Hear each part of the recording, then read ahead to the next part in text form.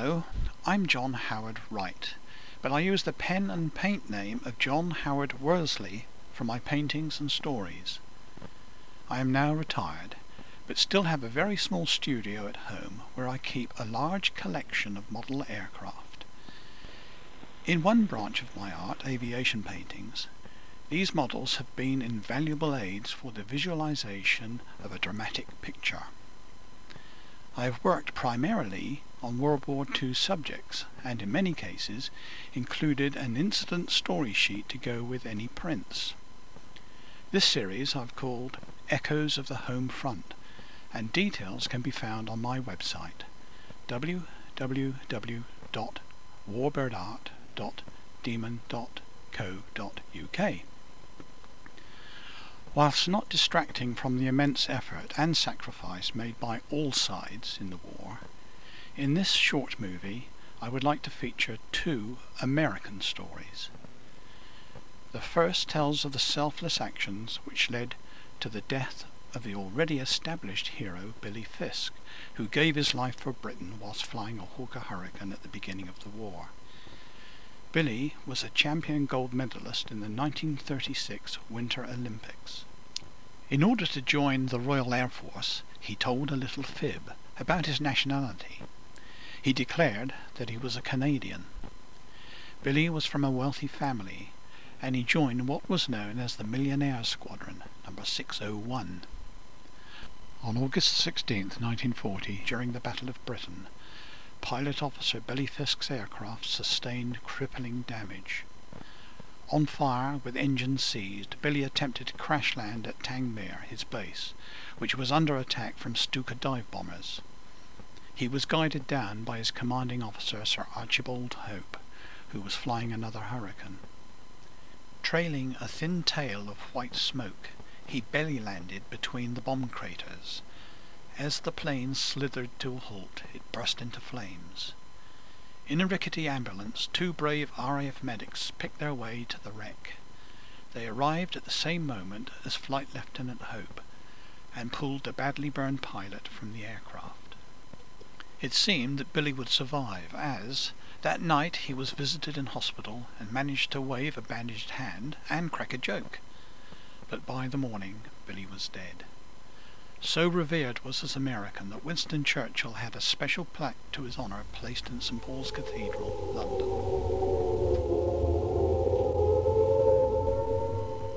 Once he, the Billy boy of play and light, quicksilver blades on icy wall, until game's end, 'neath jackboot blight, he heard the call and pledged his all, with cornered friend in mortal fight.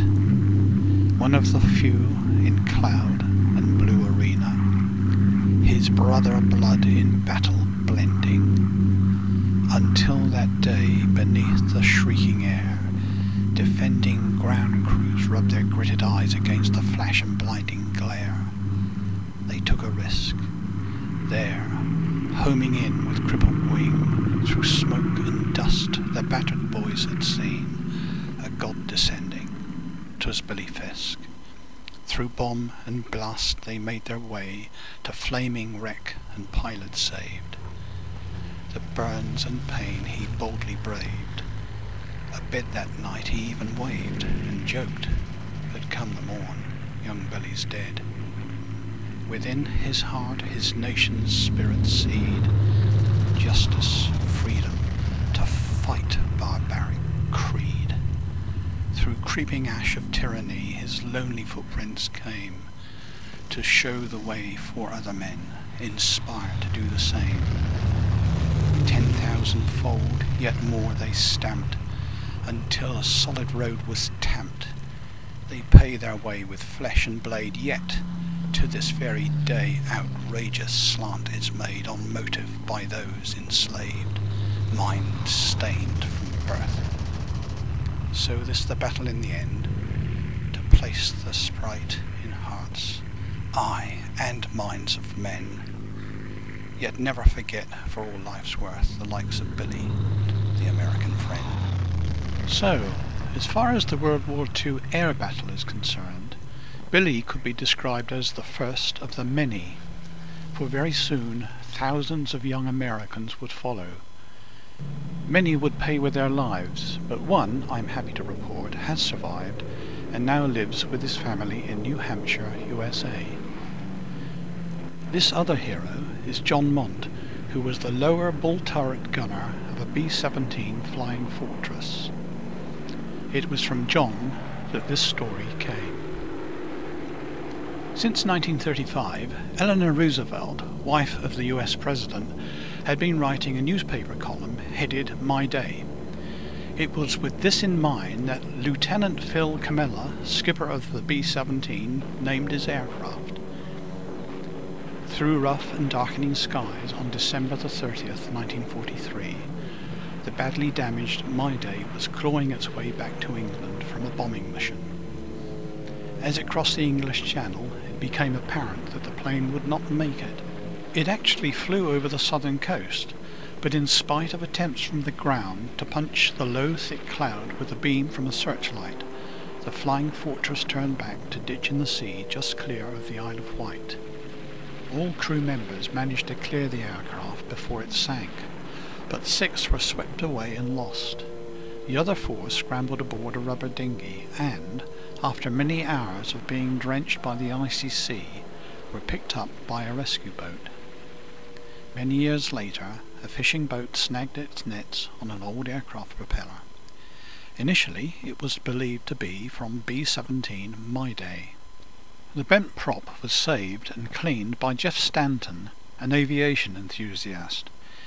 It led him to research its background, and he discovered that John Montz was still alive and well.